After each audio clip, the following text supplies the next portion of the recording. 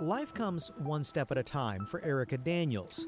She's legally blind and relies on her guide dog, Win, to help navigate obstacles. Good boy, Win. And lead her way. You know, we'll be trying to find the door to somewhere. He finds the door to the entrance to places instead of me hitting the windows and the doors, the sides of buildings trying to find the door. He just takes me right to the door. To get to and from work and around town, the Fairview woman uses ride shares like Uber or Lyft. Please make sure you're ready for pickup outside. But those rides are sometimes rejected after rideshare drivers spot her guide dog. I don't carry a pet.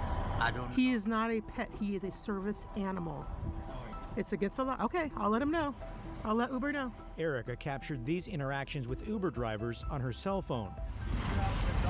Yeah, I have a guide dog. Yeah, my service animal.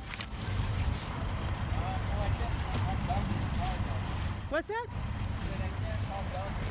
Yeah, you can. If it's a service animal, you have to take them. Erica says the drivers often come up with excuses like they don't want to mess up their car.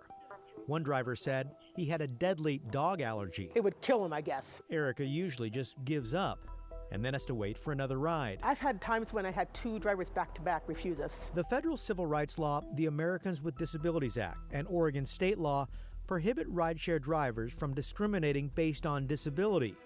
Both Uber and Lyft have policies requiring the accommodation of service animals. Lyft's policy and the law require all drivers to accept service animals regardless of allergies, fear, religious, or cultural objection. Despite these policies, we found multiple people who say discrimination continues to happen. The humiliation of begging for the privilege of giving him your money, begging for the right to get in the car and get where it was humiliating. Patricia Kepler of Aloha says she and her guide dog Gus have had ride after ride canceled. One day, it took 4 rides. I had 3 cancellations before the 4th ride finally showed up. And Sharon Zinger of Gresham says she too has been turned away by rideshare drivers refusing to take her guide dog, Reagan. I've been hanging on to the handle of a car before with a driver yelling, no dog, and driving off with my hand on the handle. Sharon admits the stress of being rejected by Uber or Lyft drivers repeatedly can be overwhelming. But it does take an emotional toll on you. It makes you feel like you're less of a human. It makes me feel like I don't have the same rights as everyone else. In response to our questions, a Lyft spokesperson wrote, discrimination has no place in the Lyft community. And Uber said, we urge any rider who experiences a service denial to report it to us so we can take appropriate action, which may include permanent deactivation of a driver's account. In 2016 and 2017, Uber and Lyft reached settlements after being sued by the National Federation of the Blind. As a result, Uber and Lyft say they've made their service animal policies clear, worked to educate drivers, and made it easier to file complaints. But Erica argues it clearly isn't working.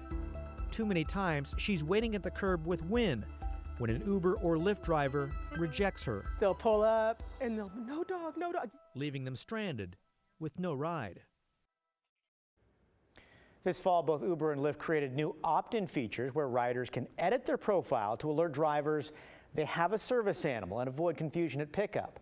But the National Federation of the Blind argues that only works after a rider and driver are paired. Otherwise, drivers will just cancel once they realize the person has a guide dog, resulting in longer wait times and continued discrimination. Yeah, sounds like there is a long way to go here. Kyle, appreciate your reporting on this.